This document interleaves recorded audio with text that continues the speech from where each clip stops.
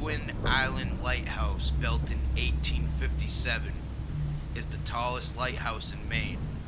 One of its earliest lighthouse keepers lived there with only the company of his wife for many years. She was very lonely and took to playing the piano at night to break the silence, but her husband seemingly had no outlet for his own feelings of isolation and loneliness. Apparently driven to madness, he took an axe and chopped his wife to death before committing suicide. Many people claim to have heard the ghostly sounds of piano music floating from the lighthouse at night. Even though there's been no piano inside for many years, in 1985 a decision was made to decommission the lighthouse, and a warrant officer stayed the night to ensure all the furniture and other items of value were packed and put onto a boat. During the night, the officer woke with a start. The bed he was sleeping in was shaking violently, and a voice screamed at him to get out of the building. The brave officer wasn't too prohibited by this experience. However, staying until the next day to pack up all the items he came for and sent the boat on its way. A freak accident caused the boat to sink, to never to reach its destination.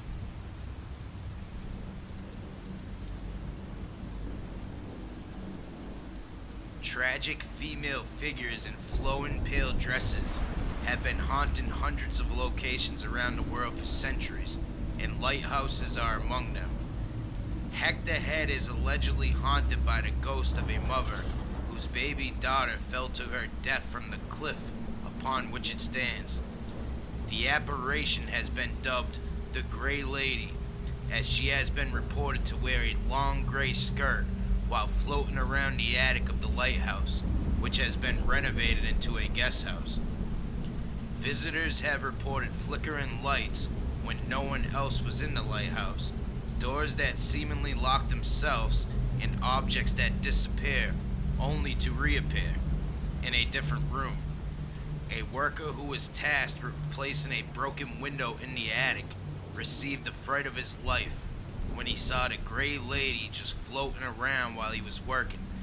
Naturally, he took to his heels, returning the next day to find the shreds of glass from the broken window swept up, sitting neatly in a pile in the attic. The spookiest case involves a photographer named Steve Terrell, who was looking for a ghostly shot of the lighthouse when he noticed a transparent figure looking at him from inside the attic.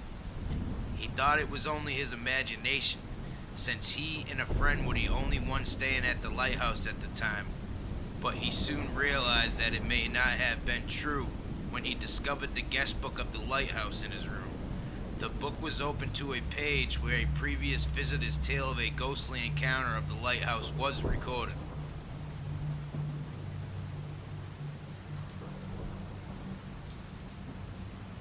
The U.S. Coast Guard began taking shifts at the New London Ledge Lighthouse in 1939, not long after spooky things started happening there. Legend has it that a lighthouse keeper by the name of Ernie jumped from the roof of the lighthouse to the ocean below, where his body never resurfaced. Many people don't believe that he killed himself, but the official story is that he cut his own throat with a fishing knife. But Ernie allegedly refused to leave the lighthouse. His spirit frightened and annoyed the crew from the Coast Guard by making loud knocking sounds at night, pulling the bedding off so that while they were sleeping and turning the television set on and off. Some of the keepers didn't even wait until daylight to get away from the lighthouse, calling the mainland and asking to be fetched from the place immediately. After the lighthouse was automated in 1987, several reports filtered in from boat crews that a figure at the lighthouse had signaled them or tried to lure them to the dock. However, when these reports were investigated, not a living soul was found in the lighthouse.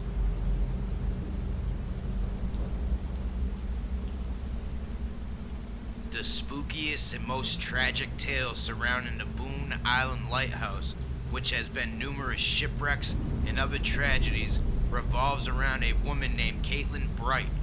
In the mid-1800s, Caitlin became the blushing bride of the lighthouse keeper at Boone Island. She relocated to the lighthouse with her new husband shortly after their wedding, for what she surely thought would be happily ever after. There, the story takes many twists and turns. One version of the legendary tale states that the lighthouse keeper became very ill after only a few short months. His wife looked after him tirelessly, even when a terrifying storm struck. He passed away while the storm raged on. In her state of shock, Caitlin climbed the 168 steps in the lighthouse, almost non-stop for 5 days to tend to the light. During this time, she didn't eat and hardly slept. On the 6th day, the light was dead. Locals hurried to the island to investigate and found Caitlin wandering around aimlessly. She was starving, exhausted, and out of her mind with grief.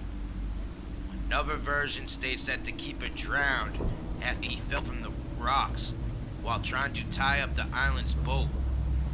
Caitlin pulled him from the water and dragged him all the way back to the lighthouse, where she left his lifeless body at the bottom of the staircase. She proceeded to tend to the light for 5 days without eating or sleeping, and when locals found her on the 6th day, she was sitting on the bottom step holding her husband's dead body. She was taken away to be cared for by the locals, but she died shortly thereafter. The spirit of Caitlin Bright has allegedly been seen by the scores of local fishermen and lighthouse visitors who have reported a white apparition of a sad young woman. Many have also reported hearing a terrible wail coming from the lighthouse at night during stormy weather. A Coast Guard lighthouse keeper stated that his dog chased away a mysterious invisible entity all around the small island.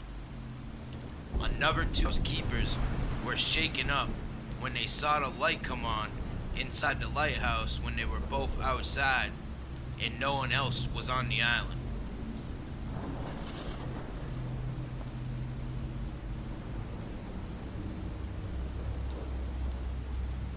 The South Air Lighthouse was constructed in 1871 on Lizard Point, Marsden in North England. The visibility from Lizard Point was very good as its cliffs are higher than those at nearby Salford Point, but the lighthouse was named after Salford so it wouldn't be confused with the Lizard Lighthouse in Cornwall. It was built to be a solution to the many shipwrecks that occurred on the reefs under the shallow water. While it was certainly been just that, it is also now known as one of the most haunted lighthouses in the UK. Legend has it that the niece of the famed Grace Darling, Isabella Darling, makes ghostly rounds in the Suffolk Lighthouse. She is known for her heroic efforts to save crew members from the sinking ship SS Forshare during a storm in 1838. It is not clear why Isabella haunts the lighthouse, but census records do prove that she lived there in 1881. Lighthouse staff have reported spoons floating in midair, unexplained temperature drops, and even physical interaction with some staff members, who say they were pulled or grabbed by an unseen hand. Some visitors have even heard their names called by a female voice, while others have heard crying and seen the apparition of a young girl assumed to be Isabella. Isabella isn't the only ghost said to haunt the Solder Lighthouse. Even another tells a lighthouse waitress who was walking down the kitchen corridor one evening when she stopped dead in her tracks. Standing at the end of the passage, there was a man wearing a lighthouse keeper uniform.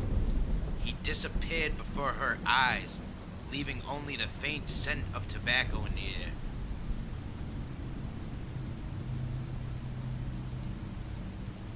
South Stack Lighthouse earned itself a place in two books, Haunted Britain and South Stack, Angeles' famous lighthouse, thanks to its spectral resident lighthouse keeper, Jack Jones.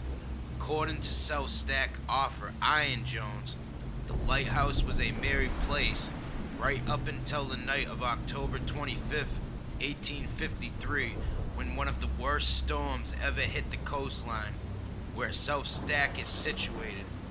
An incredible 200 ships were wrecked that night, including the famous Royal Charter. Jack hurried down to the lighthouse as the storm raged on that doomed evening. Just as he reached the bottom of the steps where the local bridge crosses over to the island, a giant rock broke loose from the cliffs towering above him and hit him on the head. He managed to cross the bridge, but only made it as far as the door of the lighthouse. He was in dire condition when he was found the next day and died 2 weeks later. Over 100 years later, his ghost is often heard knocking on the door of the lighthouse in the dead of the night or frantically rapping at the windows, trying to get inside. After paying the lighthouse a visit, Ian Jones described the racket as astonishing. The TV Most Haunted journey-eyed to the lighthouse and got a little more than even they bargained for when an object resembling a tiny horseshoe was flung at them. Host Vinette Fielding as she walked toward an outbuilding on the island. When Dave Stack visited the island, he was skeptical at first, but became a believer when he spotted someone staring at him through a window. Chasing after the figure yielded no answers as it flung itself over the cliff and disappeared into the sea.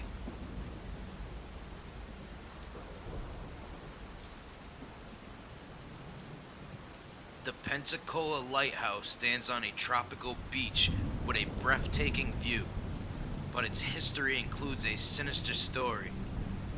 Michelle Penalber married the man of her dreams, Jeremiah Ingram, and merely moved into the lighthouse. Not long after, it was completed in 1826. There seemed like a wonderful union, but strangely the couple's marriage turned sour almost overnight. Its sudden turbulence came to a head when Michelle stabbed her husband to death one evening in 1840 for seemingly no reason. She was never convicted for the murder due to lack of evidence and lived out the rest of her days in the lighthouse until she died in 1855.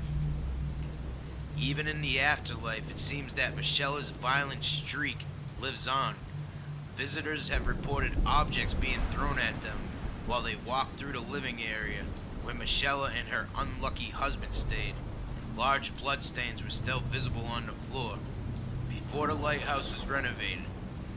A local resident stated that he had once tried to wash the blood off, but it would just reappear, time and time again. Chillingly, some visitors have heard breathing behind them and sensed a presence following them while taking the staircase to the lighthouse tower.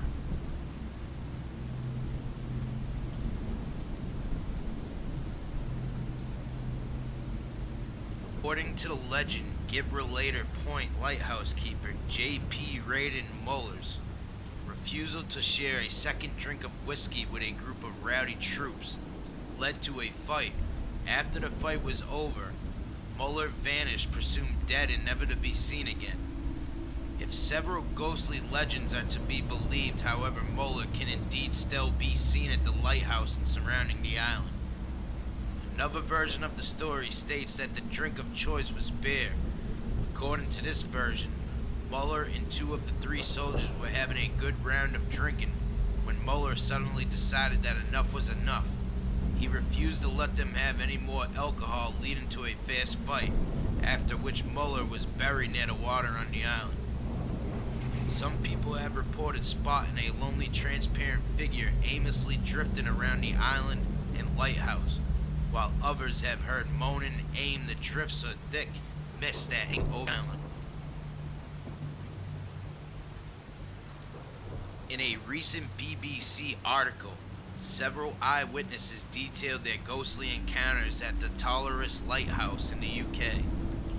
Most of the accounts included sightings over the ghost of a lighthouse keeper pacing the walkway of the lighthouse tower. which has been out of service since the 1840s. Several also reported feeling ill after visiting the lower part of the lighthouse. One visitor describes a trip with her husband to Talleres Beach a few years prior. There, the couple spied a lighthouse keeper wearing an old-fashioned hat and uniform at the very top of the Talleres lighthouse. True, she insists the lighthouse was locked up tight, making it impossible for any human figure to be inside of it. Both she and her husband spotted the figure from totally different vantage points. A visitor at the beach was taking pictures with her children on the lighthouse steps when her 6-year-old son suddenly complained that he was feeling sick. By the following day, he had a high fever and severe tonsillitis. Nearly 4 of her 5 children soon came down with the same symptoms. Fortunately, upon home, quickly became well again. It had been quite a shock to the woman when she discovered that the lighthouse keeper had died of a fever. The Point Lookout Lighthouse, built in 1830, is known as one of the most haunted places in Maryland. For more than 130 years, the lighthouse served the surrounding community and ships until it was decommissioned in 1981, after which several reports of supernatural activity began popping up. In response to these reports, Dr. Hans Holzer and a team of other experts descended on the Point Lookout Lighthouse and managed to record 24 different voices during their investigation. Voices can be heard singing, talking, and even swearing.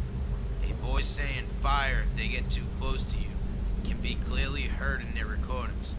Thought to be related to the Confederate soldiers that were held prisoner on the island. Holzer also believed that he captured the voice of the first lighthouse keeper at Point Lookout, Ann Davis, who fondly spoke of "my home somewhere on the staircase." A sighting of Ann Davis dressed in a white top and blue skirt was also reported. When a stinking smell radiated from the room inside the lighthouse, Holzer was convinced that it was the spirits of tormented souls who couldn't leave. Soon after he uttered this statement, the horrible smell dissipated.